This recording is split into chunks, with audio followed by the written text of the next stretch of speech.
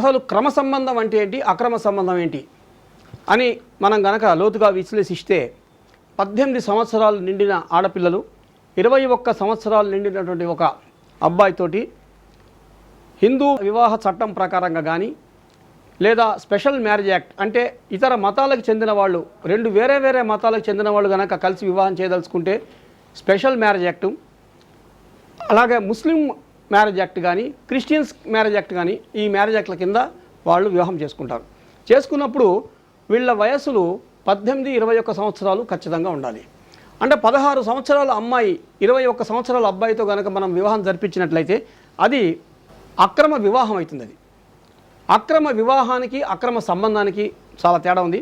ఇప్పుడు క్రమ సంబంధం అంటే, క్రమ వివాహం అంటే వయస్సులు కరెక్ట్గా ఉండి చట్ట ప్రకారంగా వాళ్ళు ఒక చట్టం కింద లోబడి వివాహం చేసుకున్నట్లయితే మనకు ఈ రోజున ఉన్న చట్టాల ప్రకారంగా ఖచ్చితంగా వాళ్ళ వివాహాన్ని రిజిస్టర్ చేసుకోవాలి.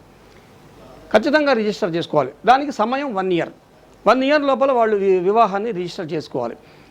అలాగా మ్యారేజ్ చేసుకున్న తర్వాత వాళ్ళు ఎలా బైండ్ ఓవర్ అయి ఉంటారంటే, ఇటు అమ్మాయి కానీ అటు అబ్బాయి కానీ పరాయి పురుషుడితో కానీ పరాయి స్త్రీతో కానీ అక్రమ సంబంధం అంటే సెక్స్ కానీ లేదా ఇద్దరు కలిసి ఈ రోజున మనం చూస్తున్నాము రిలేషన్లో ఉంటున్నాము అంటున్నారు. ఆ రిలేషన్ కూడా చాలా తప్పు.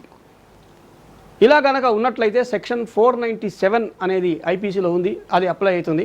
దాని ప్రకారంగా అబ్బాయికి 7 సంవత్సరాల శిక్ష పడుతుంది. ఇది కాగ్నైజబుల్ అఫెన్స్ అంటారు దీన్ని, ఇది నాన్ బెయిలబుల్. కాబట్టి ఈ అక్రమ సంబంధాలు అనేటువంటి విషయానికి మనం వచ్చినట్లయితే వీటికి కోర్టులలో ఎలా ప్రూవ్ అవుతుంది, కోర్టులలో ఇది నిరూపించబడాలంటే ఈ కేసు పెట్టినటువంటి వాళ్ళు తీసుకోవాల్సినటువంటి జాగ్రత్తలు ఏంటి అని చూసినట్లయితే, ఇటీవల కాలంలో ఒక అబ్బాయి తన భార్య సెల్ ఫోను మెసేజ్ బాక్స్ చూస్తే ఒక ప్రైవేట్ టీవీ ఛానల్కి సంబంధించినటువంటి ఒక సాంకేతిక నిపుణుడు ఈ అమ్మాయికి ఒక మెసేజ్ పెట్టాడు. ఆ అమ్మాయి ఇతనికి మెసేజ్ పెట్టింది. వాటి సారాంశం ఏంటంటే, నువ్వంటే నాకు చాలా ఇష్టము కాబట్టి మనము నా భర్తని వదిలేసి నేను వస్తాను, మన ఇద్దరం కలిసి ఎక్కడికైనా వెళ్ళిపోదాం. లేకపోతే ఇంకా మెసేజ్లు అవి విశ్లేషిస్తే ఎలా అనిపించిందంటే భర్తకి వీళ్ళిద్దరికీ మధ్యన ఈ సంభోగం అనేది ఒకటి జరిగింది అనేటువంటి అభిప్రాయానికి వచ్చి భర్త ఫ్యామిలీ కోర్టులో డైవర్స్ పిటిషన్ ఫైల్ చేశాడు. అయితే రిలేషన్లో ఉంటే డైవర్స్ వస్తుందా, లేకపోతే వీళ్ళిద్దరి మధ్యన ఏదైనా సెక్స్ జరిగితే అది అక్రమ సంబంధంగా నిరూపింపబడి వీళ్ళకి డైవర్స్ వస్తుందా? ఈ పవన్ కళ్యాణ్ కేసు వచ్చినప్పటి నుంచి ఈ రిలేషన్స్ అనేవి బాగా పెరిగిపోయి ప్రతి వాళ్ళు ఏ అపార్ట్మెంట్లో నేను చూశాను, ఒక అపార్ట్మెంట్లో 4 అబ్బాయిలు 4 అమ్మాయిలు వివాహం కాకుండా క్యాజువల్గా వాళ్ళు సంసారం చేస్తున్నారు. అందులోపల ఒక్క వివాహం అనేది లేదు తప్ప మిగతా అన్నిటి విషయాల్లో చూస్తే వాళ్ళు భార్యాభర్తలుగానే పరిగణింపబడుతున్నారు. చుట్టుపక్కల కూడా వాళ్ళు భార్యాభర్తలుగానే పరిగణింపబడుతున్నారు. అయితే ప్రాబ్లం వల్ల ఏంటంటే ఈ అమ్మాయి గర్భవతి అయిన తర్వాత ఆ అబ్బాయి పారిపోతున్నాడు. ఆ అబ్బాయి దగ్గరుండి నిలబడి వివాహం చేసుకోవట్లేదు. ఈ గర్భాన్ని స్రావం చేసేసి ఆ అబ్బాయి పారిపోవడంతో ఈ అమ్మాయి సెక్షన్ 376 ఐపీసీ కింద రేప్ కేసు అనేది ఒకటి పెడుతోంది. ఈ రేప్ కేసు పెట్టిన తర్వాత అది నిజంగా రేపా లేకపోతే కన్సెంటెడ్ రేపా అనే విషయాన్ని కోర్టులు చాలా ఈజీగా తీసుకుంటున్నాయి. ఇప్పుడు నిన్ననే ఒక కేసు లోపల బాధితుడికి బెయిల్ ఇచ్చేసింది, యాంటిసిపేటరీ బెయిల్. ఎందుకంటే ఇద్దరు కూడా రిలేషన్లో ఉన్నారు కాబట్టి, ఈమె కూడా సమ్మతంతో ఉంది కాబట్టి దాన్ని మేము రేపుగా ఎక్కువ ట్రీట్ చేయలేము అంటున్నారు.